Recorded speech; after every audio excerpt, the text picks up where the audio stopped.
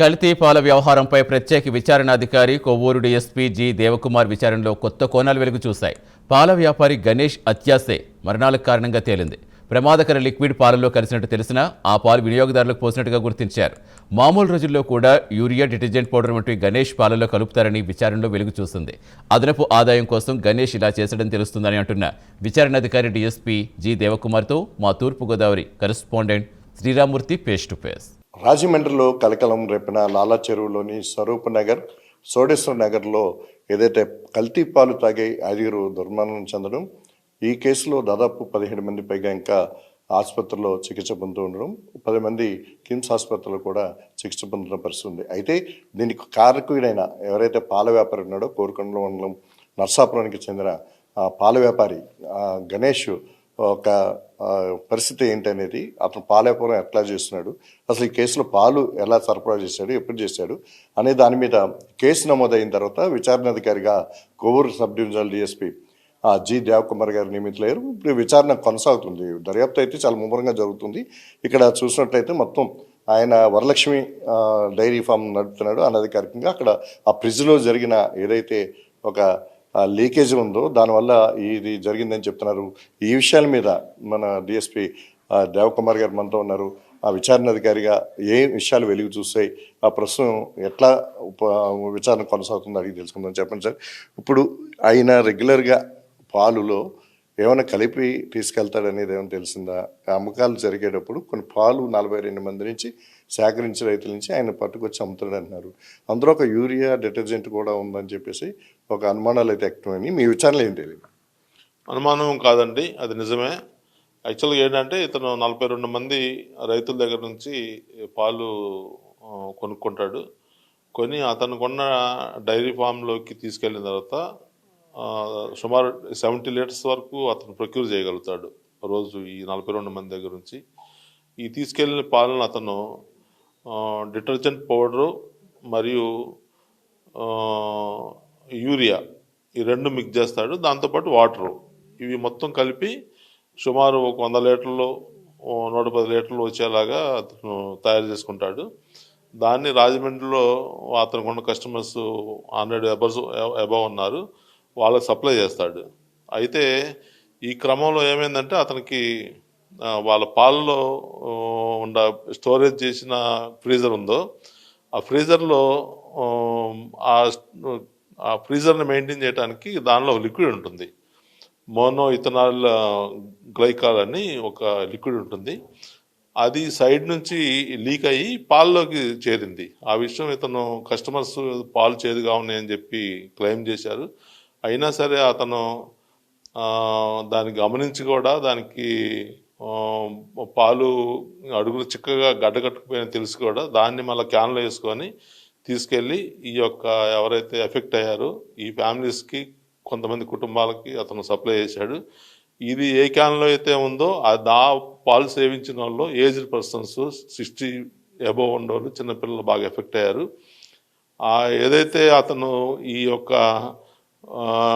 Liquid leak అయ్యని తెలిసి దానివల్ల కంటామినేషన్ అవుతుంది, పాయిజన్ అవుతుందని తెలిసి కూడా డబ్బులు ఆశపడి అతను మన పాలు పారిపోయకూడదు, మనం నష్టం వస్తుందని ఉద్దేశంతో ఆ పాలను తీసుకెళ్ళి ప్రజలకి ఇచ్చాడు.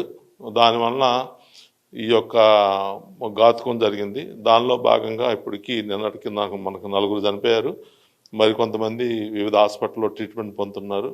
ఈ చనిపోయిన వాళ్ళు ఈ తాడి కృష్ణవేణి గారు వాళ్ళ కోళ్ళు కూడా ఉన్నారు, ఒకే ఇంట్లో 2 చనిపోయారు. అదేవిధంగా నిన్న బొమ్మూరు లిమిట్స్లో ఒకళ్ళు, 3 టౌన్లో ఇంకొకరు చనిపోయి ఉన్నారు. ఈ విధంగా చనిపోయిన తర్వాత మనకి ఎప్పుడైతే రిపోర్ట్ ఇచ్చిందో ఆ రిపోర్ట్ని బేస్ చేసుకొని మనం మంగళగిరి నుంచి ఎఫ్ఎస్ఎల్ ఎక్స్పర్ట్స్ వచ్చారు. అదేవిధంగా ఇక్కడ లోకల్లో మనకి ఎస్పీఆర్ ఆఫీస్లో ఉండే హెడ్ క్వార్టర్లో ఉండే ఎక్స్పర్ట్స్ కూడా వచ్చారు, ఫోరెన్సిక్ ఎక్స్పర్ట్స్. వాళ్ళు వీళ్ళు కలిపి పాల శాంపిల్స్, ఈ లిక్విడ్స్, తర్వాత అక్కడ ఉండే కొన్ని అనుమానాస్పదమైన వస్తువులు ఇవన్నీ కూడా సీజ్ చేశారు. అదేవిధంగా మృతుల దగ్గర నుంచి డాక్టర్స్ ఇవి మెటీరియల్ ఆబ్జెక్ట్స్ అన్ని ప్రిజర్వ్ చేశారు. ఇవన్నీ కూడా వామిటింగ్స్, తర్వాత కొంతమంది దగ్గర పెరుగుంది, దాన్ని ఇదంతా కూడా మన ఎఫ్ఎస్ఎల్ పంపాం మంగళగిరి, అదేవిధంగా విజయవాడ కూడా పంపాం ఆర్ఎఫ్ఎస్ఎల్కి. ఇప్పుడు దాకా మనకి ఇన్వెస్టిగేషన్ తెలుస్తుంది ఏంటంటే ఈ గణేశ్వరరావు కావాలని చెప్పి తెలిసి కూడా కంటామినేషన్ అయిన పాయిజన్ అయిన పాలని సప్లై చేసి ఉన్నాడు. అది నేరం, దానివల్ల ఇది జరిగింది. కాబట్టి అతన్ని ఫస్ట్ మనం 174 కింద యాక్చువల్గా కేసు కట్టాం. 174 అంటే అనుమానాస్పద మృతి. తర్వాత దాన్ని ఈ యొక్క మధ్యవర్తులు సమక్షంలో వీళ్ళు కుటుంబ సభ్యులు మిగతా బంధువులు చెప్పిన స్టేట్మెంట్ని బట్టి మర్డర్ కేసు కింద ఆల్టర్ చేసాం. ఇప్పుడు అతని స్టేట్మెంటు మరియు ఇప్పుడు తెలుస్తున్న ఇన్వెస్టిగేషన్లో తెలియవచ్చిన ఈ యొక్క విషయాలను బట్టి 105 బిఎన్ఎస్ అని కల్పబుల్ హోమ్సైడ్ నాట్ అమౌంట్ మర్డర్ అని, అంటే చంపాలని ఉద్దేశం ఉండదు కానీ అతను చేసే క్రియ వల్ల చనిపోతారని తెలుసు, ఉద్దేశం ఉండదు కానీ చనిపోతారని తెలుసు. అట్లాంటి పని చేశాడు కాబట్టి కనీసం అబవ్ పనిష్మెంట్ ఉంది. దానిలో మనం అతను నిన్న సాయంత్రం 6 గంటలకి అరెస్ట్ చేసాం. అతను ఈ విషయాలన్నీ కూడా ఒప్పుకున్నాడు. ఈ విధంగా నేను పాల్పేయడం కరెక్టే అని చెప్పి అతను మనం ఈరోజు ఇప్పుడు కోర్టులో ప్రొడ్యూస్ చేస్తున్నాం. ప్రొడ్యూస్ చేసి సెంట్రల్ జైలు తరలిస్తాం. అంటే ఎన్ని కేసులు దీని మీద నమోదైనాయి? అతని మీద అంటే 4 కేసుల వరకు నమోదయ్యి అంటున్నారు. అట్లాగే అతను గత 7-8 ఏళ్ళుగా కూడా వ్యాపారం చేస్తున్నాడు అంటున్నారు. ఇప్పుడు 7-8 ఏళ్ళుగా వ్యాపారం చేస్తున్నాడు, అందరూ తెలిసిన వాళ్ళు కాబట్టి ఇలాగ ఎందుకు చేయాలనుకున్నాడు? అంటే యాక్చువల్గా మనకి 4 కేసులు రిపోర్ట్ అవ్వటం జరిగింది. 3 టౌన్ పోలీస్ స్టేషన్లో 3, బొమ్మూరు పోలీస్ స్టేషన్లో 1, 4 కేసుల్లో కూడా మనకి పోస్ట్ మార్టం కూడా కంప్లీట్ అయిపోయి బాడీలు కూడా అప్పచెప్పారు. ఇతను చాలా కాలం దాదాపు 10 years నుంచి ఈ బిజినెస్లో ఉన్నాడు. అతనికి 100 మంది వరకు కస్టమర్స్ ఉన్నారు. అది ఆ ఫ్రిడ్జ్ లీక్ అయ్యటం వలన ఈ ఇష్యూ జరిగింది. అంటే అతను పాల్లో యూరియా, తర్వాత డిటర్జెంట్, వాటర్ ఇవి కలిపి ఎప్పటి నుంచో అమ్మటం కరెక్టే. అవి కంటామినేషన్ అవుతున్నాయి కానీ అంత హెల్త్ మీద అంత ప్రభావం చూపే అవకాశం లేదు కాబట్టి ఎవరికి ఎప్పుడు ఏమవ్వలేదు, ఎవరు కూడా కంప్లైంట్ చేయలేదు.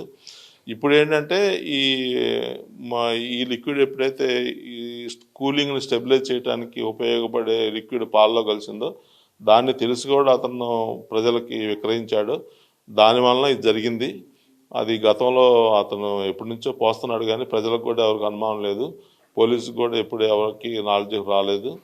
తర్వాత ఎవరు కూడా దానివల్ల ఇల్లేలు తవ్వలేదు కానీ ఎక్కువ వాటర్ కంటెంట్స్, మిగతా కంటెంట్స్ ఎఫెక్ట్ అయ్యే కంటెంట్స్ లేవు కాబట్టి పెద్ద ఎఫెక్ట్ అయ్యే ఇష్యూస్ కాదు కాబట్టి ఎప్పుడు రాలేదు. దీనిలో ఈ లిక్విడ్ వలన ఎక్కువ మంది ఎఫెక్ట్ అయ్యి ఈ ప్రాబ్లం వచ్చింది. ఇప్పుడు ఫ్రిడ్జ్ చెడిపోయినప్పుడు, లీక్ అవుతున్నప్పుడు అతను మళ్ళీ రాజమండ్రి కూడా తీసుకొచ్చి బాగు చేయించాడు అన్నారు. ఆ తర్వాత కూడా మళ్ళీ అవే పాలు పంపిణీ చేశాడంటారు. చేసిన తర్వాత ఏం చేశాడంటే దానికి మళ్ళా పాలు స్టోర్ చేశాడు, దాన్ని సప్లై చేశాడు. ఆ లీకేజీ ఆగిపోయింది. అంతకుముందు ఎప్పుడైతే మనకి ఆ లీకేజ్ ఉందో ఆ పాలు 15వ తారీఖు నాడు సప్లై చేసిన పాలు అవి, దానివల్ల ఎక్కువ ఈ ప్రాబ్లం అంతా ఎరేజ్ అయింది. అక్కడ ఉన్న పరిస్థితుల్లో మొత్తం మీరంతా సీజ్ చేశారని? అవునండి, అదంతా కూడా మనం సీజ్ చేసాం.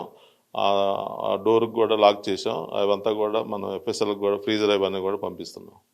ఇప్పుడు ఈ రిపోర్ట్లు ఎప్పుడు వస్తాయంటారు? బహుశా రేపు వస్తాయని చెప్పి ఎక్స్పెక్ట్ చేస్తున్నాం. విత్ 24 hours రావడానికి ప్రయత్నం చేస్తున్నాం. ఇది డిఎస్పీ దేవకుమార్ గారు చెప్తున్నది.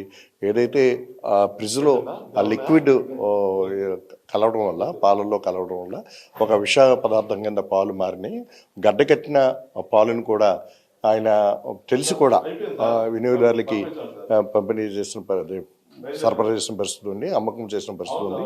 ఒక స్వార్థంతో చేయటం వల్ల ఇలా జరిగిందని చెప్పి కూడా విచారణలో తేలింది. అలాగే ఏదైతే అంతకుముందు యూరియా, డిటర్జెంట్ పౌడర్ కూడా కలిపి నీళ్ళలో కలిపి, అంటే 70 లీటర్లు కనుక పాలని సేకరిస్తే ఒక 30 నుంచి 40 లీటర్ల నీళ్ళని ఈ డిటర్జెంట్, యూరియాని కలిపి అమ్మడం జరుగుతూ ఉంటుంది. అయితే దాని మీద అనారోగ్యం పరిస్థితులు ఎక్కడ అంతకుముందు కానరాలేదు, ఎవరు కూడా కంప్లైంట్ చేయలేదు. అయితే ప్రస్తుతం జరిగిన దీని మీద అతన్ని అరెస్ట్ చేయడం జరిగింది. కోర్టు కూడా రిమాండ్కి పంపించిన పరిస్థితి ఉంది. అయితే ఏదైతే నమూనాలు శాంపిల్స్ సేకరించారో ఈ శాంపిల్స్ సంబంధించి ఎస్ఎఫ్ఎల్ నుంచి రేపటికి ఈ రిపోర్ట్లన్నీ రానున్నాయి. వచ్చిన తర్వాత పూర్తి స్థాయిలో ఏంటి అనేది ఈ కల్తీపాల వ్యవహారం మీద మొత్తం వ్యవహారం అంతా బయటికి రానుంది. ఇది పరిస్థితి. కెమెరామెన్ నానితో శ్రీరామూర్తి, ప్రైమ్ న్యూస్, రాజమండ్రి నుంచి.